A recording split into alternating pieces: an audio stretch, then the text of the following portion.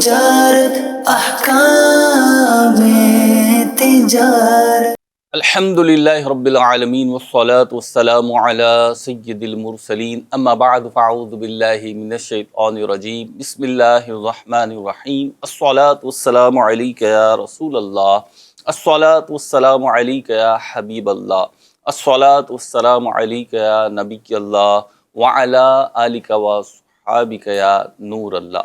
مدنی channel کے ناظرین، programme احکام تجارت ہے۔ مفتی علی اصغر عطاری مدنی مدثر اللہ العالی ہمارے ساتھ تشریف فرما ہے۔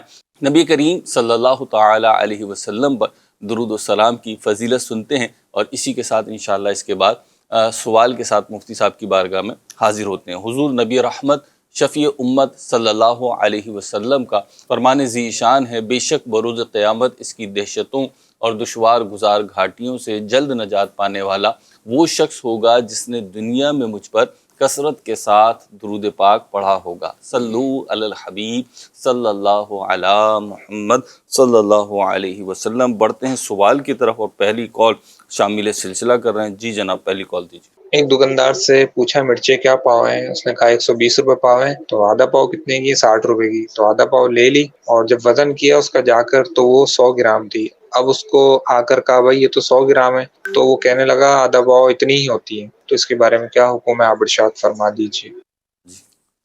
الحمدللہ رب العالمین والصلاة والسلام علی سید الانبیاء والمرسلین، اما بعد فاعوذ باللہ من الشیطان الرجیم، بسم اللہ الرحمن الرحیم۔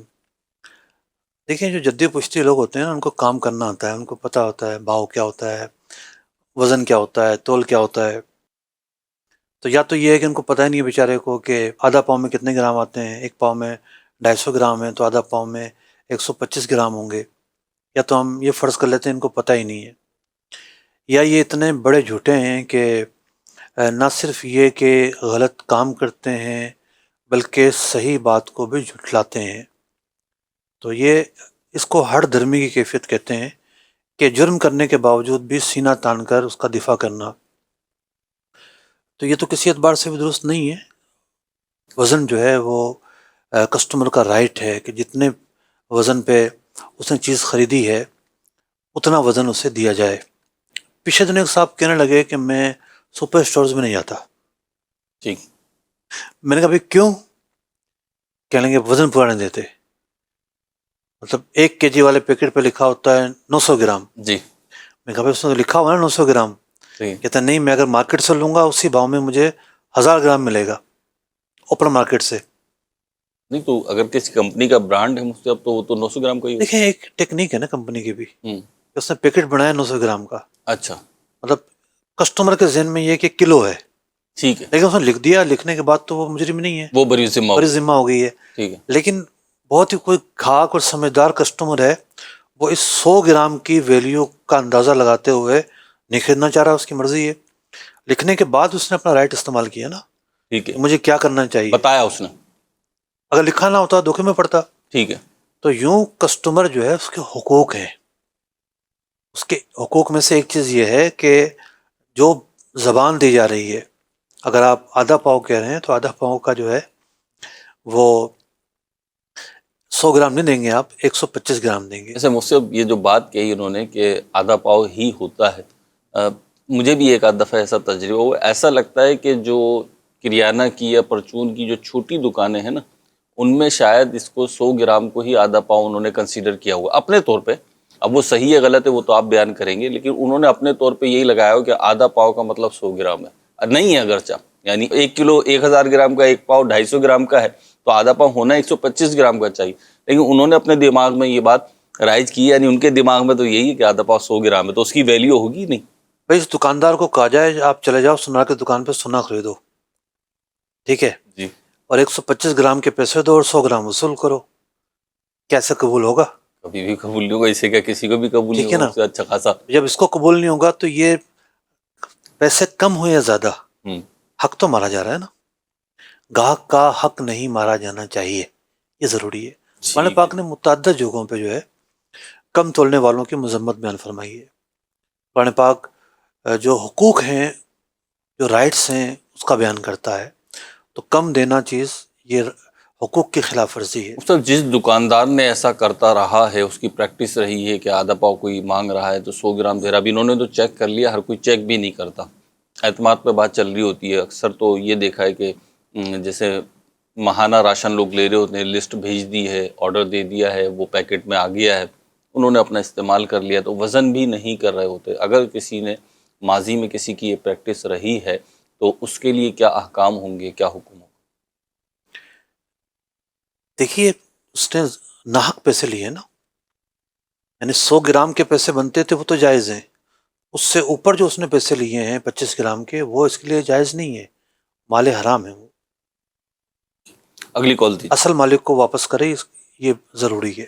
اصل مالک کو اصل مالک کو تو کیسے ڈھونڈیں؟ حق العب جب تلف ہوگا، جی اصل جو مالک ہیں اس کے حقوق متعلق ہوں گے۔ صحیح، ٹھیک ہے، اپنے پاس رکھ کے نہیں بیٹھیں گے، توبہ بھی کریں گے اور وہ دینا بھی ہوگا۔ چلیں جی اگلی کال لیتے ہیں۔ اگر دکاندار تاجر جو ہے وہ مال میں اضافے کے لیے قرض لیتا ہے تو اس کے لیے کیا شرعی حکم ہوگا؟ کیا یہ جائز ہوگا؟ جی مفتی صاحب، مال تو ہے، دکان چل رہی ہے، کاروبار چل رہا ہے، اور یہ صرف دکاندار کی حد تک ہی نہیں ہے، بلکہ جتنا بھی ہوتا ہے بزنس میں تو یہی ہے کہ مزید اگر ہم انویسٹمنٹ کر دیں گے تو کمائی کے مواقع جو ہیں وہ مزید بڑھ جائیں گے، تو لوگوں کی خواہش ہوتی ہے کہ 10 لاکھ نہیں 20 لاکھ ہوں، 5 کروڑ نہیں 10 کروڑ ہوں، 100 کروڑ نہیں 200 کروڑ ہوں، تو کیا کہیں گے آپ؟ دیکھیے قرض لینا کوئی بری بات نہیں ہے، علی الاطلاق ہم اس کو برا نہیں کہتے۔ صحیح، بعض لوگ قرض کو اور سوال کو مکس کر دیتے ہیں۔ سوال ہوتا ہے کسی سے خیرات مانگنا، کسی سے مدد مانگنا، یہ سوال کہلاتا ہے۔ قرض جو ہے وہ سوال میں نہیں آتا، سوال کی مذمت بیان ہوئی ہے قرآن و حدیث میں، قرض کی جو ہے وہ مذمت بیان نہیں ہوئی۔ ہاں قرض دیکھا جاتا ہے کہ جو شخص قرض لے رہا ہے اس کی حیثیت کتنی ہے، کتنا وہ قرض لے رہا ہے، اتارنا اس کے لیے کتنا مشکل ہے، کتنا نہیں۔ کاروبار دنیا میں تو قرض ایک عام سی بات ہے، یعنی دیکھا جائے تو جو ادھار مال آپ خرید رہے ہیں وہ بھی قرض ہے، آپ نے دینا ہے واپس۔ اس کے علاوہ اگر کوئی کسی سے قرض پکڑتا ہے تو اس میں کوئی معیوب بات نہیں ہے۔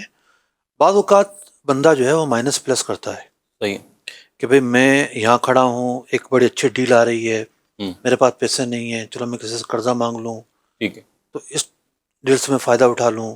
صحیح، تو قرض کی حد تک تو کوئی برائی نہیں ہے۔ صحیح، ہاں جس سے اس نے پیسے پکڑے ہیں، اگر اس کو کوئی نفع دینے کا معاملہ ہے پھر معاملہ ڈینجرس ہو جائے گا کہ بھئی اگر نفع دینا ہے اس کو تو پھر اس کے ساتھ کاروباری معاہدہ کرے، قرض کی طرف نہ جائے، اس کو ایز اے انویسٹر لے اور انویسٹر کے طور پر جو ہے نا اس کو ڈیل کرے۔ اور اس کے 3 طریقے ہوتے ہیں جب اس کو آپ ایز اے انویسٹر لیں گے۔ ٹھیک ہے، اپنے کاروبار میں کسی کا پیسہ لگا رہا ہے، جی تو اس کی تفصیل موجود ہے، معرفت الربا کتاب الحمدللہ رب العالمین پائے تکمیل تک پہنچ چکی ہے، اس میں بھی ہم نے اس کی تفصیل بیان کی ہے۔ ایک ضخیم کتاب ہے سود کے مسائل پر، تو جب شائع ہوگی تو اس میں دیکھی جا سکتی ہے۔ ٹھیک ہے، کس نے لکھی مفتی صاحب؟ یہ جو آپ کے سامنے بیٹھے ہوئے انہوں نے جی، لکھی ہے۔ مفتی صاحب نے الحمدللہ یہ کتاب تحریر کی ہے، اور میں سمجھتا ہوں کہ کچھ کام سے میں جو آگاہ ہوں کہ سود پہ اپنی نوعیت کی منفرد کتابوں، سود پہ کتابیں بہت ساری ہیں، سینکڑوں ہزاروں کتابیں ہوں گی میں شاید۔ کہہ سکتا ہوں کہ یہ سود پر انسائکلوپیڈیا ہے، الحمدللہ، یعنی سود کی تاریخ پر، سود کی تفسیر کے حوالے سے، دیگر چیزوں کے حوالے سے تو بہت ساری کتابیں لکھی گئی ہیں ماضی میں، لیکن جو بکھرے ہوئے مسائل ہیں عصر حاضر کے، یعنی آپ ایکسپیکٹ کر سکتے ہیں کہ تقسیم ترکہ میں بھی سود ہو سکتا ہے، تقسیم ترکہ میں یعنی وراثت تقسیم ہو رہی ہے اور اس میں سود آ جائے، سود شامل ہو جائے، اجتماعی قربانی میں بھی سود ہو سکتا ہے، صاحب بظاہر تو نہیں لگتا۔ ٹھیک ہے نا۔ اور ڈیفرنٹ جو پھیلے ہوئے جو مسائل ہیں جی، ان میں کس طرح سود پایا جا رہا ہے، تو یوں ایک پورا جو ہمارا ہدف تھا وہ یہ تھا کہ معاشرے کے وہ مسائل جس کی طرف لوگوں کی توجہ نہیں ہے ان مسائل کو لے کر یکجا کیا جائے، تو اللہ نے چاہا تو یہ کتاب انسائکلوپیڈیا ثابت ہوگی اس موضوع پر۔ ٹھیک، اگلی کال دیجیے۔ اگر ہمارے پاس کوئی قرآن میں چیز پڑی ہے اور اس کا ریٹ مارکیٹ میں مثال کے طور پر کم ہو گیا ہے، یا ہمارے پاس چیز کوئی پڑی ہے اور اس کا مارکیٹ میں ریٹ زیادہ ہو گیا، تو ہم اس کو کس ریٹ میں بیچیں گے؟ جی مصطفیٰ، ریٹ بڑھ گیا یا گھٹ گیا؟ اچھا اس میں ہوتا ہی ہے کہ بڑھا ہے بڑھا کے تو بیچتے ہیں، لیکن گھٹا ہے تو گھٹا کے نہیں بیچتے۔ دیکھیے اللہ اور اس کے رسول نے مارکیٹ کو آزاد رکھا ہے، صحیح ہے، خریداری نام ہے فریقین کے درمیان طے شدہ معاہدے کا. صحیح. یہ دونوں کس قیمت پر اتفاق کرتے ہیں؟ ڈیمانڈ اینڈ سپلائی کی وجہ سے دونوں کی جو ترغیبات ہیں ان میں فرق آ جائے گا. صحیح. بھائی بقرعید آ رہی ہے، جی. ٹماٹر مہنگا آنا شروع ہو جائے گا. صحیح ہے. ٹھیک ہے نا، کیونکہ 3 دن تک جو ہے نا وہ مرغ مسلم پکیں گے جی. اور خوب ٹماٹر ڈلے گا گوشت کے میں اندر. ڈلے. ٹھیک ہے نا، نارملی گوشت ہفتے میں 1 دن پکتا ہے، جی. لیکن گوشت کو گلانے کے لیے ٹماٹر ڈالا جاتا ہے، تو روزانہ ہنڈی میں ٹماٹر ضروری ہوگا. باقی کم ڈلتا ہو تو یہاں زیادہ ڈلے گا، تو اس کی سپلائی بڑھ گئی. سپلائی بڑھنے کی وجہ سے اس کی قیمت بڑھ جائے گی. ٹھیک. تو مختلف عوامل ہوتے ہیں قیمت کے بڑھنے کے. تو شریعت نے ہمیں کہیں بھی باؤنڈ نہیں کیا کہ جی یہ چیز اتنے کی بیچنی ہے. صحیح. آزاد مارکیٹ پر چھوڑا ہے. ایک صورت ایسی ہے کہ علماء نے آگے جا کے ایک فتویٰ دیا کہ نہیں جی، حکام کو یہ اختیار دیا جائے کہ وہ کسی چیز کی قیمت مقرر کرنا چاہیں تو مقرر کر دیں. یہ خلاف نیچر تھا. صحیح. شریعت کی نیچر یہ تھی کہ آپ مارکیٹ آزاد ہے. صحیح. جو جتنے کی بیچنا چاہے بیچے، جو جتنے کی خریدنا چاہے خریدے، رضامندی سے. ظاہر بات سودا اسی وقت ہوگا جب دونوں رضامند ہوں گے. ٹھیک ہے. پھر قیمتیں جو ہیں وہ مقرر کی گئیں حکام کی طرف سے، تو اس میں پھر ایز اے قانون کے فالو کرنا ضروری ہو گیا. باقی جو قیمتیں ہیں وہ استحقاق تو ہے آپ کا، لیکن میانہ روی ہر چیز میں اچھی بات ہے، اور میانہ روی کے بے شمار فضائل ہیں. خاص طور پر جب مخلوق خدا پر آپ شفقت کریں گے، رحم کریں گے، اس کی جو برکات ہیں وہ آپ پر ظاہر ہوں گی. جواب یہ ہوا کہ جتنے کی چائے بیچیں، بڑھیں تو بڑھا کے بیچیں، گھٹیں تو جو قیمت تھی اسی پہ بیچ سکتے. اپ اینڈ ڈاؤن بہت زیادہ ہے نا. کہنے کو تو یہ بڑی آسان سی بات ہے. جی. اپ اینڈ ڈاؤن کتنے ہیں؟ آج چینی کا کیا بھاؤ ہے؟ ٹھیک ہے، روزی. کل کیا بھاؤ تھا؟ صحیح. فرق کتنا آ رہا ہے؟ صحیح. تو یوں ایک شخص اگر مارکیٹ کے ساتھ چل رہا ہے تو اس کو آپ کس وجہ سے ملامت کریں گے؟ صحیح. اگلی کال دیجیے. ہمارا کام ہے یہ جوتوں والی دکان کا. بعض اوقات ہم مال لے ڈیلروں سے پیچھے سے نا، منڈی وغیرہ سے کسی کمپنی سے، تو ہم کہتے ہیں یہ کمپنی بھی اچھی ہے، یہ مال اچھا ہے. پھر گاہک آ جاتے ہیں، وہ کہتے ہیں ہمیں کوئی اچھا جوتا دکھائیں. ہم اچھا ہی اپنے نیت سے تو اچھا جوتا دکھاتے ہیں، لیکن بعد میں نا وہ جوتا اچھا نہیں نکلتا. پھر گاہک آ کر ہم سے بحث کرتے ہیں کہ آپ نے جوتا کیسا دیا. تو آیا ہمارا اس طرح سے مال بیچنا، ہم گاہک کا اعتراض کرنا کیسا ہے؟ کیا فرماتے ہیں؟ اور دوسرا سوال یہ ہے کہ ہم ایسی جگہ ملازمت کیا کر سکتے ہیں کہ یہاں پر ہماری نماز باجماعت کی پابندی نہ ہو؟ کیا فرماتے ہیں؟ جی مفتی صاحب. پہلے سوال کا مدعا کیا ہے؟ پہلا سوال یہ ہے کہ انہوں نے تو کمپنی سے یا ڈیلر سے جوتے لیے ہیں، اپنے طور پہ دیکھ کے لیے ہیں، لیکن وہ ٹوٹلی مطلب استعمال تو کیا نہیں ہے کہ جان سکیں، ان کو اینول یقین ہو. تو اب انہوں نے کسٹمر کو مطمئن کر دیا، نہیں جی اچھی چیز ہے، کوالٹی اچھی ہے، کسٹمر لے گیا ہے. جب اس نے استعمال کیا تو وہ اچھی چیز نہیں نکلی، تو کیا کریں؟ یہ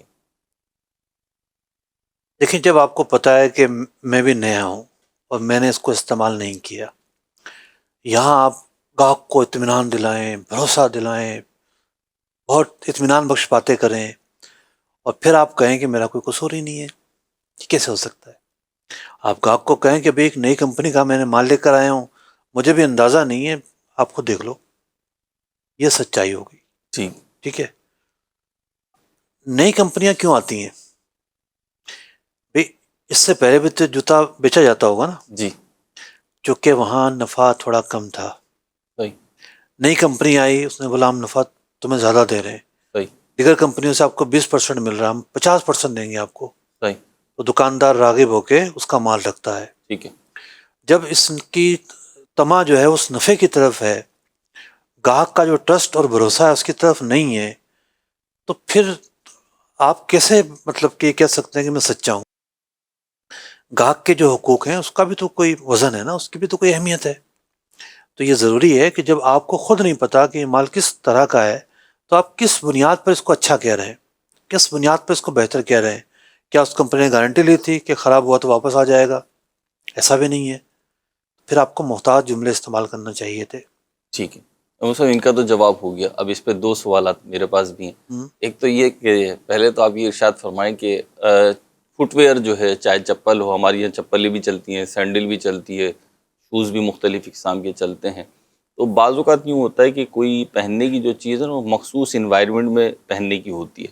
اگر اسے اس سے ہٹ کے استعمال کیا جائے گا تو وہ رزلٹ نہیں دے گی. تو کیا اس کو پیش نظر رکھیں گے، خاص طور پہ جوتے وغیرہ جو ہیں اس میں؟ دیکھیے انوائرمنٹ والا معاملہ نہیں ہے، آپ کی مراد شاید پانی ہوگا، ٹھیک ہے؟ نہیں صرف پانی نہیں ہے مصطفیٰ، پھر اب کیسے ایکسپلین کروں، جیسے کوئی چپل ہے جس کے بہت سارے پیسز ہیں، ہم، جب آپ وہ پہن کے آپ پہاڑوں پہ چڑھیں گے، جتنے زیادہ اس کے اندر حصے لگے اب ہوئے، ہر جگہ تو پہاڑ نہیں ہے نا، نہیں ایک بات کہہ رہا ہوں میں تو یہی پوچھنا چاہ رہا ہوں. ہر جگہ تو پہاڑ نہیں ہے، بعض اوقات کوالٹی کمزور ہوتی ہے، سلائی اچھی نہیں ہوتی. ایک کمپنی نے یا ایک دکاندار نے یہ آبجیکشن کیا کہ جی آپ آبجیکشن تو لے کر آئے ہو، ہم، لیکن پرابلم یہ ہے کہ جو روڈ پر پہننے کے جوتے یا چپلیں ہیں وہ آپ کھیت میں پہن کے چلو گے تو اب اس کی ہم کتنی پائیداری بنائیں. دیکھ کھیت میں تو ہر شخص نہیں لے کر جاتا، ایسا نہیں ہے. میں اپنی ایک تجربہ بتاتا ہوں. جی میں نے ایک مرتبہ چپل خریدی، صحیح، میں خرید کر مسجد تک گیا ہوں، ٹھیک ہے، ٹھیک ہے نا. چپل نیچے سے پاش پاش ہو گئی، پاش پاش ہو گئی، بکھر گئی ہوں. پتہ چلا کہ ایکسپائر مال تھا، ایکسپائر ہونے کی وجہ سے اس کی کیفیت تھی. تو ہو سکتا ہے آپ کی جلالت علمی نہیں میں برداشت تو نہ کر روزانہ سکتی. چپل پہنتا ہوں نا، ٹھیک، کیوں یار بدنام کرتے ہیں آپ مجھے، ٹھیک ہے. تو چپل تو میں روزانہ ہی پہنتا ہوں. تو کہنے کا مقصد یہ ہے کہ وہ ایکسپائر مال تھا، تو یوں کمپنی کے فرق کی وجہ سے، میٹیریل کی وجہ سے، دیگر وجوہات کی وجہ سے فرق تو آتا ہے. ایک اور چیز جو صرف جوتوں سے ریلیٹڈ نہیں ہے، بعض اوقات ایک ہی چیز جو ہوتی ہے وہ مختلف کوالٹی کی مل رہی ہوتی ہے. موبائل فون لے لیں آپ، پین لے لیں، ٹیبس لے لیں، تو وہ کپڑے لے لیں آپ، تو وہ مختلف کوالٹی کے مل رہے ہوتے ہیں. اچھا جیسی کوالٹی ہوتی ہے ویسی اس کی قیمت ہوتی ہے. بعض اوقات کسٹمر لو کوالٹی کی چیز خرید رہا ہوتا ہے قیمت کی وجہ سے، ہم۔ لیکن اس کے دماغ میں یہ ہوتا ہے کہ مجھے رزلٹ جو ہے نا وہ اعلیٰ کوالٹی کا ملنا چاہیے. تو اس پہ بھی کچھ ہونا چاہیے. حرج نہیں ہے اس خواہش میں نہیں کہہ رہا کہ حرج ہے، لیکن ایسا ہو نہیں پاتا نا اس سے. دیکھیں دکاندار نے کہا کہ لو کوالٹی اس نے خرید لی، تو دکاندار کا تو قصور نہیں ہے، صحیح، دکاندار نے تو کہہ کر بیچا اس کو. ٹھیک. چلیں جی اگلا سوال مفتی صاحب، ان کا ایک اور سوال تھا وہ. ڈپینڈ کرتا ہے کہ کس وجہ سے جماعت چھوڑی جا رہی ہے. وہاں مسجد نہیں ہے، ٹھیک ہے نا، تو معذوری ہے. بعض اوقات ممکن ہے کوئی ایسی پوزیشن ہو کہ علماء وہاں جماعت چھوڑنے کی اجازت دیتے ہوں. صحیح، تو وہاں پوزیشن کیا ہے، علماء سے رہنمائی لے کے پھر اس کو لے کے چلا جائے. ٹھیک ہے. ان کی جو پرٹیکولر آپ کو درپیش صورت حال ہے وہ آپ کو ایکسپلینیشن دینی ہوگی اور پھر انشاءاللہ اس پہ واضح جواب مل جائے گا آپ کو. اگلی کال دیجیے. پرندوں کا شوق رکھنا اور گھر میں شوق سے پرندے پالنا اور پرندوں کا کاروبار جس میں حرام پرندوں کا کاروبار کرنا کیسا ہے؟ اچھا جی، حرام پرندوں کا کاروبار کرنا، جن کا کھانا حرام ہے، اچھا. غالباً مرادی ہوگی ان کی.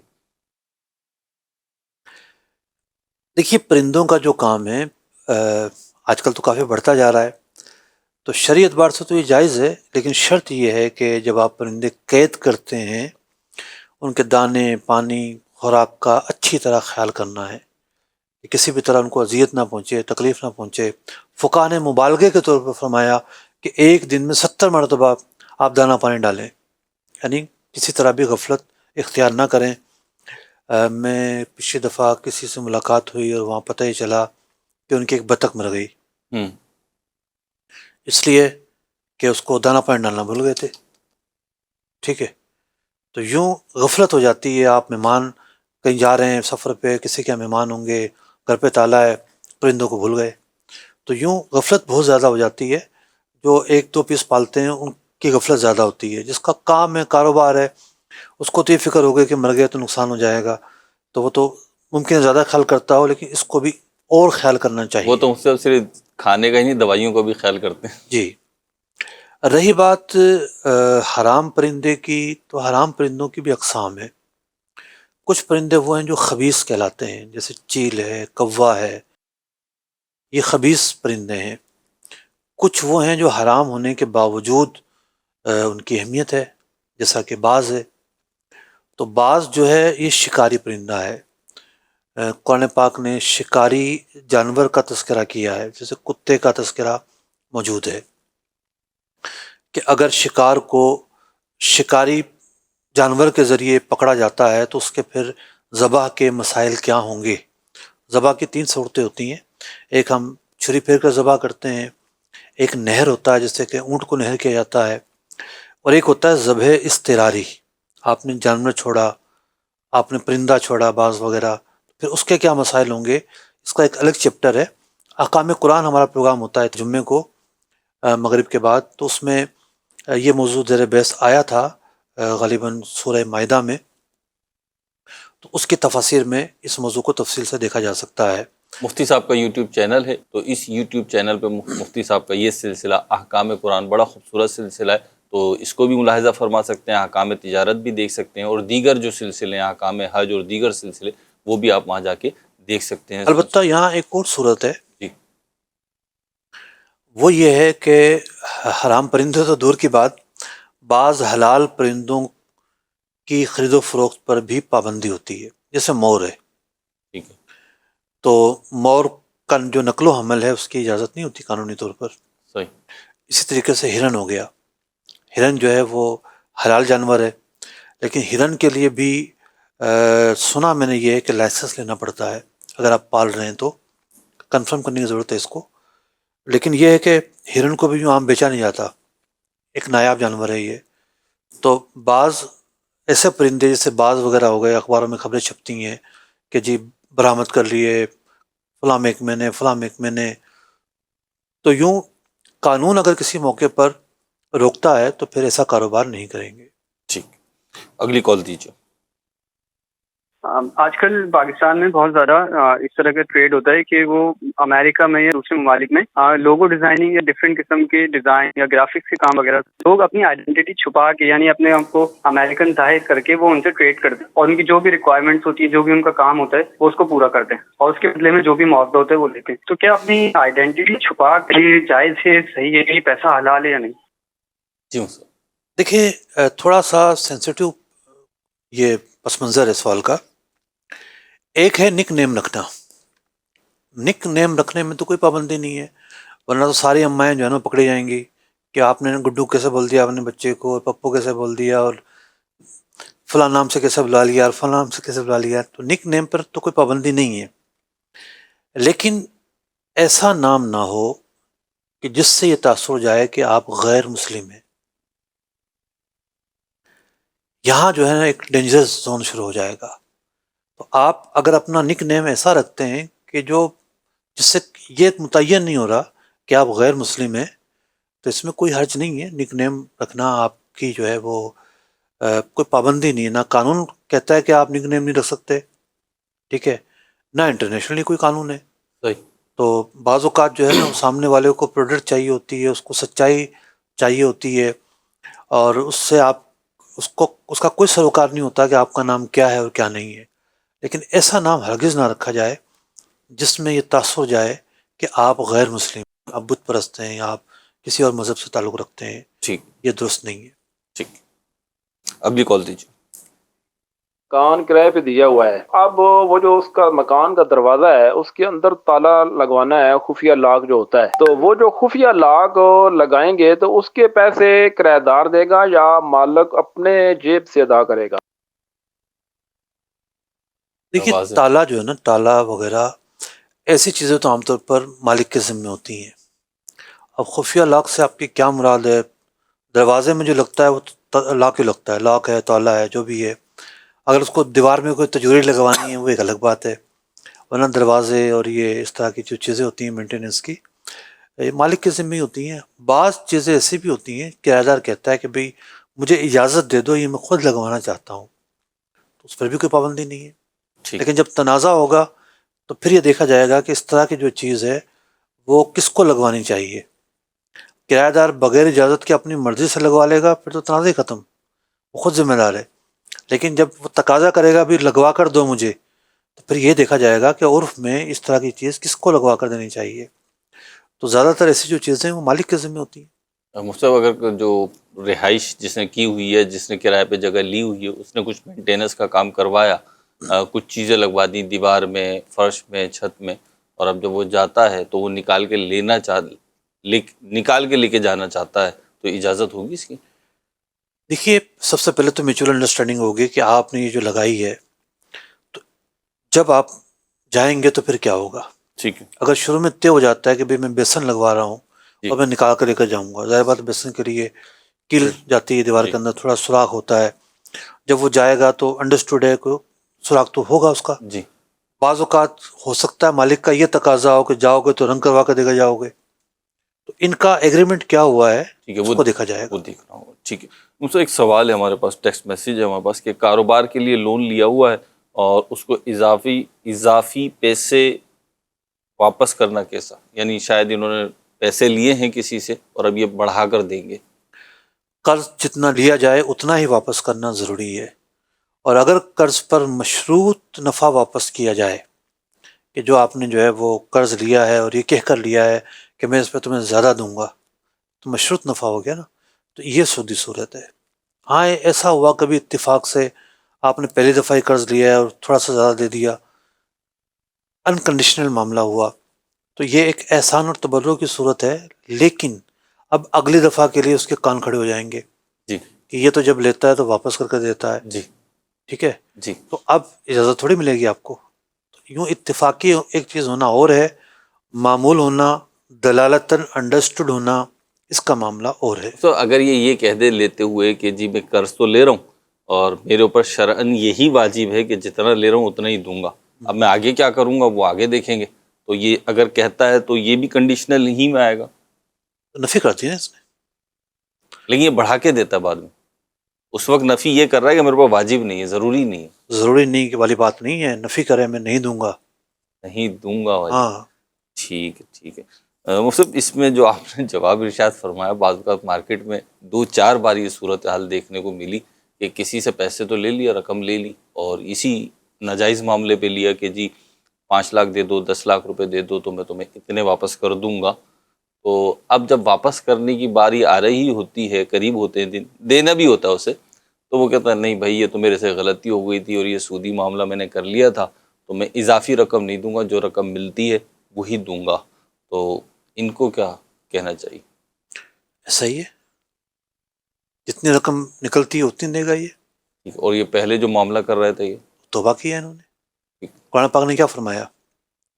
قرآن پاک نے یہ فرمایا کہ جو سودی معاملہ ہو گیا ہے اور ہونے کے بعد جو سود بچتا ہے اس کو چھوڑ دو. توبہ کے تقاضے اس وقت پورے ہوں گے جی کہ جو سود ہے اس کو چھوڑ دیا جائے، اس کو نہ لیا جائے. تب دینے والا جو ہے نا اس موقع پہ جو جملے کہتا ہے، میں مطلب وہ پھر سخت الفاظ کہتا ہے، وہ کہتا ہے اس وقت تمہیں شریعت یاد نہیں تھی جب لے رہے تھے، اب دینے کی باری آئی تو تمہیں شریعت یاد آ رہی. دیکھیں ایز پر سچویشن جی احکام تبدیل ہوتے ہیں. صحیح. ٹھیک ہے، اس کی جگہ اگر بینک ہوتا، کس نے سودی قرضہ لے لیا، ٹھیک ہے، ایک معاہدہ کر لیا بینک سے، جی اور اب اللہ تعالیٰ نے اسے توبہ کی توفیق دے دی، صحیح سچے دل سے توبہ کر لی، پوری زندگی کبھی یہ کام نہیں کیا، صحیح. لیکن یہاں اس کو اپنی عزت بچانے کے لیے جی بینک کو دیے بغیر چارہ ہی نہیں ہوگا، کیونکہ بینک نے جب لیا ہوگا تو کوئی چیز مورگیج رکھی ہوگی، ٹھیک ہے. دیگر چیزیں رکھی ہوں گی. تو اب یہاں ہے جبر کا معاملہ. صحیح. تو انفرادی اور پرسنل معاملے میں بھی اگر کہیں جبر کا معاملہ ہو، ٹھیک جبر صرف یہ نہیں ہوتا گریبان کو پکڑے گا جب ہی جبر ہوگا، ٹھیک رسوائی، شرمندگی، ذلت کا معاملہ بھی اکراہی کی صورتوں میں آتا ہے. ٹھیک ہے. تو پھر چونکہ ایک ماضی کا حصہ ہے اور سامنے والا تیار نہیں ہے، تو یہ اچھا نہ سمجھتے ہوئے دے کے جان چھڑائے گا اور کبھی اس پر عمل نہیں کرے گا. جبکہ دینے کی بات ہے اور لینے کی ہے تو پھر تو چھوڑے گا ہی توبہ. بات چھوڑے گا. ٹھیک ہے، اگلی کال دیجیے. میرا مفتی صاحب سے سوال تھا کہ میں نے ایک بندے سے پیسے لینے ہیں، میں نے لینے ہیں میرے تقریباً 5-6 لاکھ روپے، تو وہ مجھے کہہ رہے ہیں کہ آپ میرے پیسے میرے پاس رہنے دیں تو آپ کو میں منتھلی 25,000 روپے دوں گا. تو وہ مجھے کہہ رہے تھے کہ وہ پیسے میرے پاس رہنے دیں، کو منتھلی 25,000 روپے دوں گا.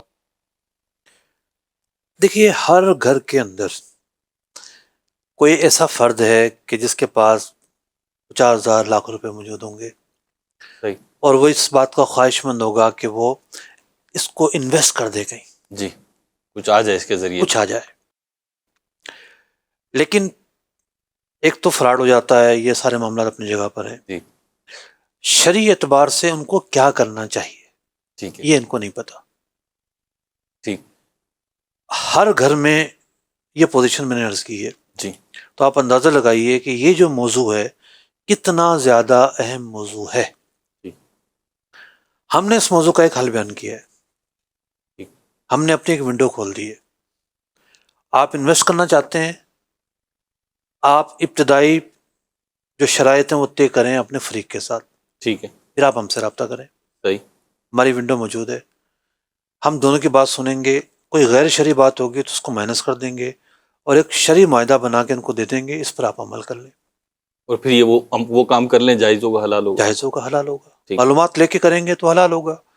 تو ہمارا شعبہ ہے مرکز الاقتصاد الاسلامی، اسلامک اکنامکس سینٹر. تو اس پر آپ رابطہ کر سکتے ہیں، آن لائن اپوائنٹمنٹ بھی لی جا سکتی ہے، فری آف کاسٹ ہماری سروسز ہیں. ہمارا ایم یہ ہے، دعوت اسلامی یہ چاہتی ہے کہ سود کا عملاً خاتمہ ہو.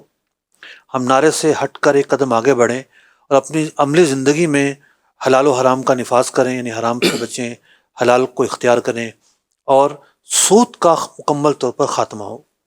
تو مجھ سے بھی یہ جب فون کریں گے، رابطہ کریں گے، تو سارے فون، ساری کال، سارے واٹس اپ آپ ہی اٹینڈ کریں گے، آپ ہی جواب دیں گے؟ ٹیم ہے، ٹیم کرتی ہے، ٹیم کرے گی. جی. تو یہ میں علماء ہیں، ماہر علماء ہیں.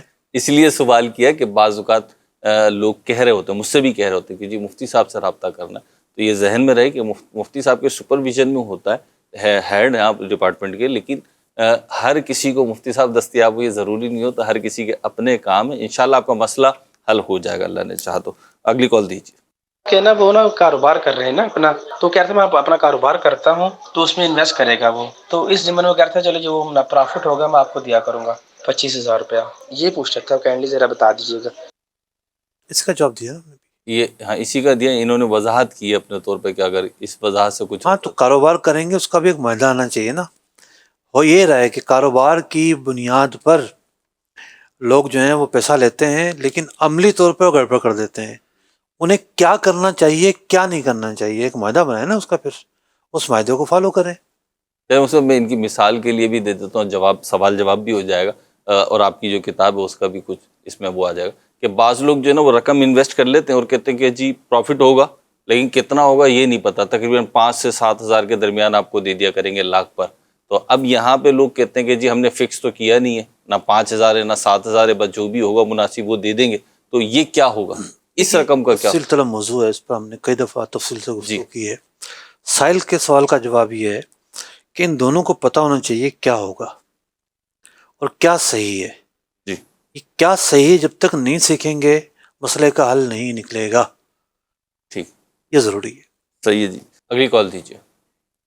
میں دکان پہ ملازمت کرتا ہوں، چیز بیچتے ہیں تو ہمیں تھوڑا بہت اس میں بولنا پڑ جاتا ہے کہ یہ چیز اتنے کی ہے یا یہ چیز اچھی ہے. ہم تو چیز کی تعریفیں کرنی پڑتی ہیں، تو یہ بھی کیا گناہ جھوٹ بولنے میں آ جاتا ہے؟ دیکھیں اگر آپ کہہ رہے ہیں اتنے کا ہے اور اتنے کا نہیں ہے، دیکھیں ایک تو آپ کی آفر قیمت ہے نا، آپ آفر کر رہے ہیں قیمت، وہ تو ٹھیک ہے. آپ آفر کر کے بھی پیچھے ہٹتے ہیں، یہ ایک نیچرل بات ہے، کوئی ایشو نہیں ہے. پہلے آپ نے چاہا کہ میں بیچوں 110 روپے کا مال، آپ نے کہا بھی یہ 110 کی ہے، پھر گاہک کے مطالبے پر آپ 105 پہ آ گئے، آپ نے 100 کی دے دی. یہ جھوٹ نہیں کہلائے گا. آپ نے قیمت آفر کی تھی، پھر آپ نے قیمت کم کی ہے. ایک آپ کہتے ہیں کہ یہ چیز مجھے پڑی ہی 100 روپے کی ہے، ٹھیک ہے، اور جبکہ وہ 100 کی نہیں پڑی، یہ جھوٹ ہے. یعنی آپ زمانہ ماضی میں کسی وقوعے کی خبر دیں اور وہ حقائق کے برخلاف ہو جبکہ آپ کو پتہ بھی ہے، تو یہ جھوٹ کہلاتا ہے. اچھا، تعریف جو ہے اگر اس چیز کے وہ اوصاف آپ بیان کر رہے ہیں جو اس میں پائی جاتی ہیں تو ٹھیک ہے. بھئی کپڑا آپ بیچ رہے ہیں اس میں رواں نہیں آتا، ٹھیک ہے، آپ کہتے ہیں اس میں رواں نہیں آتا، ٹھیک ہے. ایک کپڑا آپ بیچ رہے ہیں جس کا رنگ نہیں پھٹتا، آپ کہتے ہیں اس کا رنگ جو ہے نا نہیں پھٹے گا، جیسا رنگ ہے ویسا کا ویسا برقرار رہے گا، اور ایسا ہی معاملہ ہے. تو جو جائز تعریف ہے وہ آپ کر سکتے ہیں، اس میں کوئی ممانعت نہیں ہے، لیکن حقائق سے ہٹ کر جھوٹی تعریف نہیں کر سکتے. ٹھیک ہے. اور مجھ تعریف تو کرنی ہی ہوگی نا، جیسی بھی چیز ہے، اعلیٰ ہے یا ادنا ہے، کسٹمر تو تعریف چاہتا ہے نا. جائز تعریف جو آپ نے کہا ہے وہی کرے گا نا. جائز تعریف کرے گا. ٹھیک ہے، پھر اس پہ تو پکڑ نہیں ہے نا. میں اس اعتبار سے کہہ رہا ہوں، وہی والی بات میں پھر کر رہا ہوں، پتہ نہیں کیوں آج آ رہا ہے بار بار ذہن پہ، کہ چیز تو ہلکی ہے لیکن ہلکی ہے کسی اعلیٰ درجے کی سے جب تقابل کریں گے اپنے طور پہ تو صحیح ہے، تو اس کی یہ تعریف تو کریں گے نا، حقائق کے مطابق کریں گے. ٹھیک ہے جی. اللہ تعالیٰ ہمیں مزید علم دین حاصل کرنے کی توفیق عطا فرما۔ ہمارے سلسلے کا وقت اختتام کو پہنچا۔ مدنی چینل کی نشریات جاری ہے، دیکھتے رہیے مدنی چینل۔ صلو علی الحبیب صلی اللہ علی محمد صلی اللہ علیہ وسلم۔ احکام تجارت، احکام تجارت۔